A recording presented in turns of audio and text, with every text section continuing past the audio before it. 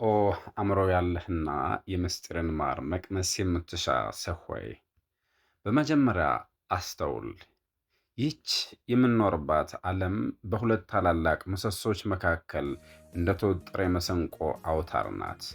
እነርሱም ብርሃንና ጽልመት፣ ተስፋና ብሶት፣ እርካታና ቅሬታ ወይም ብሶት ናቸው። የሰው ልጅ ነፍስ የነነዌን ከተማ ያህል ሰፊ አውድማ ናት። በዚያ አውድማ ላይ የሚዘራው ቃል ወይም የሕይወት ምንጭ ወይም የሞት መርዝ ሆኖ ይበቅላል። መንፈስ በሁለት ባሕርያት ተከፍሎ ይፋለማል። አንዱ እንደ ንጋት ኮከብ የሚበራ ብሩህ ስብዕና ሲሆን፣ ሁለተኛው ደግሞ እንደ ከባድ ደመና የጽልመት ጥላን የሚጋርድ ብሶተኛ መንፈስ ነው። የሰው ልጅ ሆድ ወይም ልቦና የስሜት ማከማቻ ማህደር፣ የሐሳብ ጎተራ መሆኑን በጥንቱ ጥበብ ተነግሯል። ሆድ የሻከረ እንደሆነ ነፍስ በቅሬታ እሾህ ትታጠባለች። ሆድ የራሰና የለሰለሰ እንደሆነ ግን ነፍስ በጸጋ ቅባት ትቀባለች። ይህ የልቦና መለዋወጥ ደግሞ በከተማዋ ድንጋዮችና በሰፈሯ ሽታዎች ውስጥ ይንጸባረቃል። ልክ እንደ አዝማሪ መሰንቆ አውታሩ ሲወጠር ዜማው እንደሚሰፋ ወይም እንደሚከፋ፣ የሰው ልጅም በታሪክ ቁስልና በኑሮ ጫና ልቡ ሲወጠር ንግግሩ ሁሉ ወይ ጉድና በስመ አብ የሚያስብል የግርምትና የንዴት ቃላትን ይወልዳል። ነገር ግን ብልህ ሙዚቀኛ የክሩን ወይም የጅማቱን ውጥረት ወደ ዜማ እንደሚለውጠው ብሩህ ሰውም የሕይወትን መከራ ወደ ቅኔ በመለወጥ እሰይና አይዞህ የሚሉ የፈውስ ቃላትን ያሰራጫል።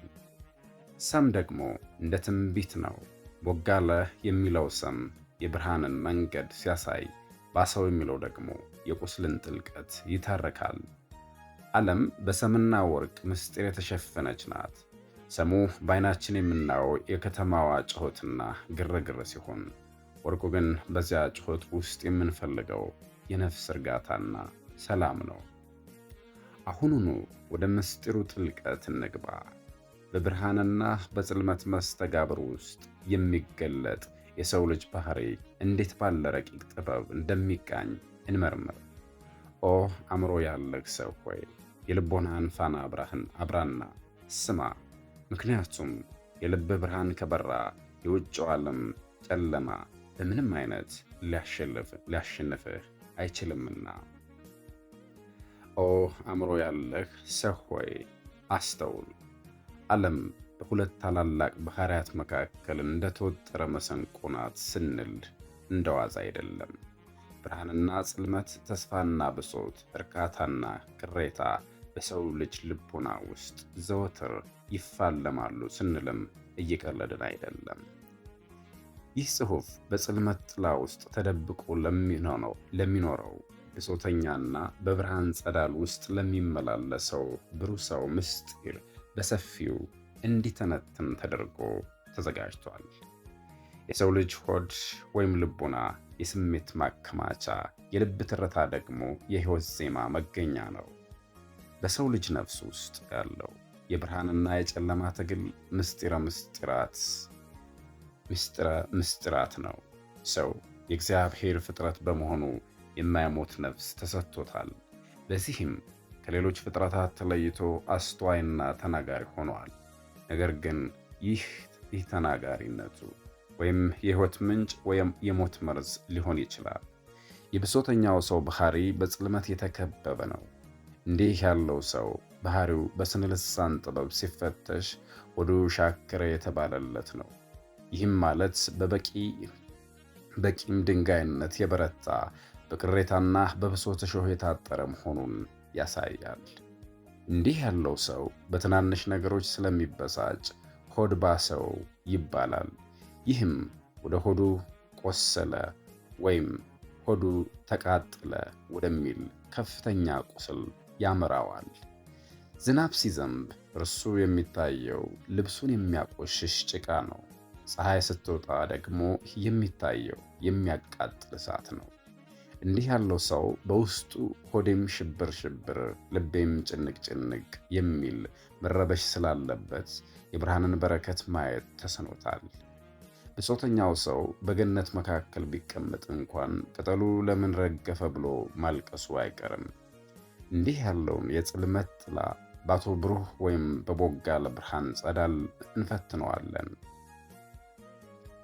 ቦጋለ ማለት በሰውና በግብሩ የሚመራ በስሙና በግብሩ የሚመራ ወይም የሚደምቅ ማለት ነው። የእርሱ ልቡና ሆዱ የራሰ ወይም የለሰለሰ በመሆኑ በተስፋ ቅባት የለሰለሰ በደስታ ማር የጣፈጠ ወለላ ነው ማለት ይቀላል። ብሩህ ሰው እርካታን ሲገልጽ ቅቤ ጠጣው ይላል። ይህም ማለት ነፍሱ በብርሃን ተሞልታለች ማለት ነው። እንዲህ ያለው ሰው ሁሉን የሰጠ ነው። ይህም ማለት በውስጡ ቂም የማይቋጥር እውነትንና ደስታን ለሰዎች በግልጽ የሚያካፍል መሆኑን ያሳያል። እርሱ በበረሃ ውስጥም ቢሆን የአሸዋውን ነጸብራቅ እንደ ወርቅ እያየ ይደሰታል። ለሰዎች አይዞህና በርታ የሚሉ የሕይወት ቃላትን ይመግባል። የእርሱ ጸዳል ከውስጥ የሚመነጭ በመሆኑ የውጭዋ ጨለማም አያሸንፈውም። አሁን ደግሞ ስለ መሰንቆ ምስጢር ስማ። ዓለም ልክ እንደ መሰንቆ ነች። የመሰንቆ አውታር ወይም ክር ሲወጠር ጥዑም ዜማ ይሰጣል። ነገር ግን ከመጠን በላይ ከተወጠረ ይበጠሳል። ብሶተኛው ሰውም ልክ እንደተበጠሰ መሰንቆ ነው። አውታሩ በንዴትና በቂም ተወጥሮ ስለተበጠሰ ድምፁ ጩኸትና ሽብር ብቻ ሆኗል። እርሱ በመሰንቆ እንጨት ላይ ያለውን ርኩሰት እንጂ የሚወጣውን ዜማ አያስተውልም። ብሩህ ሰው ደግሞ በብልሃት እንደሚጫወተው አዝማሪ ነው። እርሱ የሕይወትን ውጥረት እንደ መሰንቆ አውታር ተጠቅሞ ጥዑም ዜማ ያወጣበታል።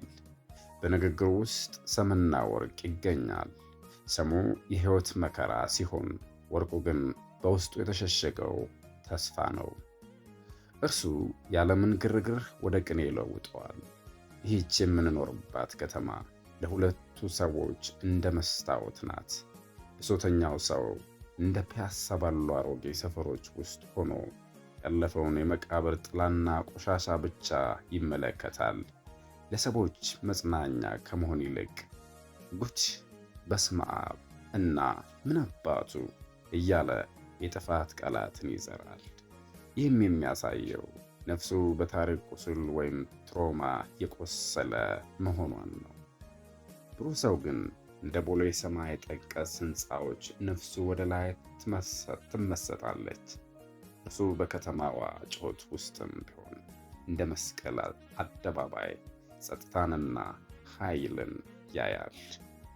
ብሩህ ሰው በቃላቱ ፈውስን ያመጣል። እሰይ ጎበስ እና እንኳን ደስ አለህ እያለ የሰውን መንፈስ ያድሳል።